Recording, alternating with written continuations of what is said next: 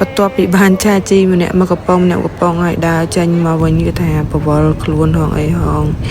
នាំគ្នាចេញពីហ្នឹងគេក៏ជូនតែញ៉ាំមហាថ្ងៃត្រង់ដោយសារតែឥឡូវថ្ងៃដែរហើយនាំគ្នាចុះពីលើឡានមកដើរមិនតិចក៏ដល់ម៉លគេហ្នឹងយើងញ៉ាំបែបអាហារកូរ៉េ BBQ buffet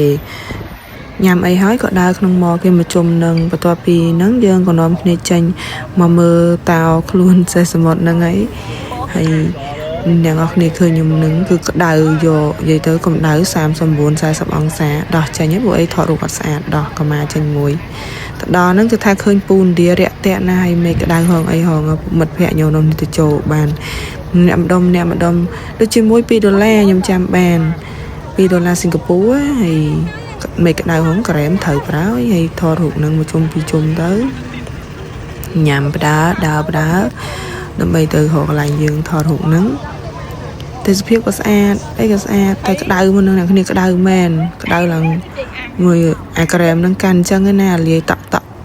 ស្រក់មកតាមដៃពេញនឹងហើយមើលមនុស្សអ្នកនរគ្នាអើយហេតុនេះថ្ងៃត្រង់ណាប៉ុន្តែភ្ញៀវទេសចរទៅច្រើនមែនតើហើយហៅកន្លែងថតអត់ចង់បានទេមុនទៅនេះថាថតផ្ញើ vlog ផ្ញើឪពុក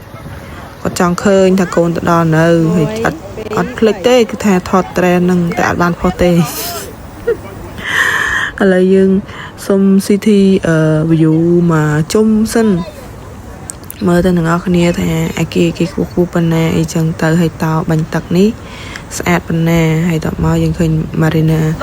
Bay ចឹងទៅអាត្រេនហ្នឹងក៏នៅតែអត់ចោលដែរខ្ញុំនៅថតទៅដែរគាត់អត់ផុស1 2 3ហោះដែរហោះចឹងពេញហ្នឹងអាត្រេនគ្នាក៏មិនភ្លេចដែរថត4នាក់យើងវិលមកជុំពីជុំទៀតហើយគេកុំឲ្យតនេអញ្ចឹងណាជ្រុលទៅឲ្យទោះបីក្តៅមិនក៏នេះដែរអ្នកនរគ្នាទោះបីក្តៅមិនក៏ត្រូវតែនេះដែរពេលហ្នឹងមិននិយាយលេងសើចលេងអីទេអ្នកគ្នាក្តៅឡើងនេះកហ្មងហើយពេលនេះឈប់ឈរចាំឡានក្រុងមកយោអ្នកនរគ្នាអើយក្តៅថាសឹងតាហើយនៅសិង្ហបុរីហ្នឹងកន្លែងចិត្តគ្នាដែរមកផ្លែតហ្នឹងជិះមកដល់អាស៊ូនផ្កាអគ្គិសនីនេះហើយនេះខ្ញុំចេះថតអីចឹងណាតែក្តៅណាអ្នកនរគ្នាខ្ញុំអស់កម្លាំងមកពីកន្លែងហ្នឹងមកលើកទូរស័ព្ទបានខ្វាច់ទេ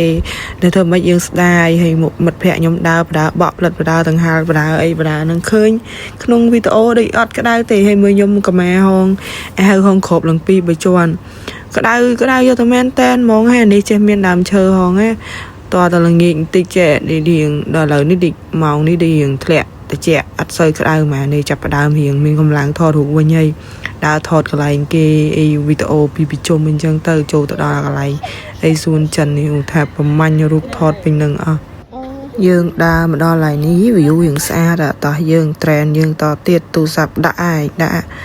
ថតត្រេនយើងតទៀតទុបីក្តៅមិនក៏យើងទ្រាំបន្តថតដែរដើម្បីបានរូបភាពស្អាត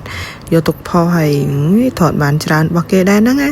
ហើយថតហើយហ្នឹងគឺថាអស់ខ្យល់លេងហើយមកដល់ក្រុមឲ្យថតត្រេនទៀតមិនហើយសំថតទៀតអូខេណាប៉ុណ្ណឹងតោះមកយើងក៏នាំនេះចេញមកទៀតដែរនេះល្ងាចហើយមក6កន្លះអីហើយឥឡូវនាំគ្នាទៅម៉លគេហើយយើងដើរមកជុំពីជុំអីទៅហើយនៅខាងក្នុងសតើប្រេនអីអញ្ចឹងណាតែពេលហ្នឹងខ្ញុំមិនចាប់អារម្មណ៍ទេខ្ញុំសម្រុកមកខាងក្រៅហើយខ្ញុំមកខាងក្រៅនិយាយពីមនុស្សច្រើនហើយទីធ្លាគេក៏ធំ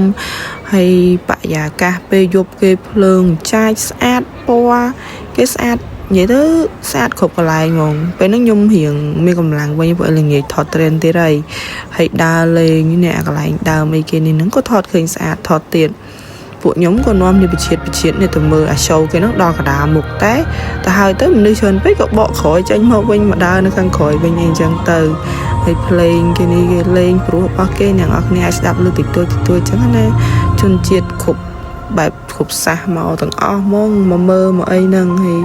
រៀងយប់អីហើយពួកខ្ញុំក៏ដើរចូលទៅក្នុង mall វិញហីថារហត្រឡប់ទៅជុំគ្នាវិញហីព្រោះអីដែលសារតែមកមានធัวចឹងទៅយើងមានម៉ោងជុំគ្នាម៉ោងមកអីចឹងទៅកុំឲ្យចាក់ទៅដល់ពងចាំគ្នាអញ្ចឹងហើយឆ្លៀតថែមមកត្រែនទៀតចឹងទៅឲ្យវាអស់យប់នឹងបាយ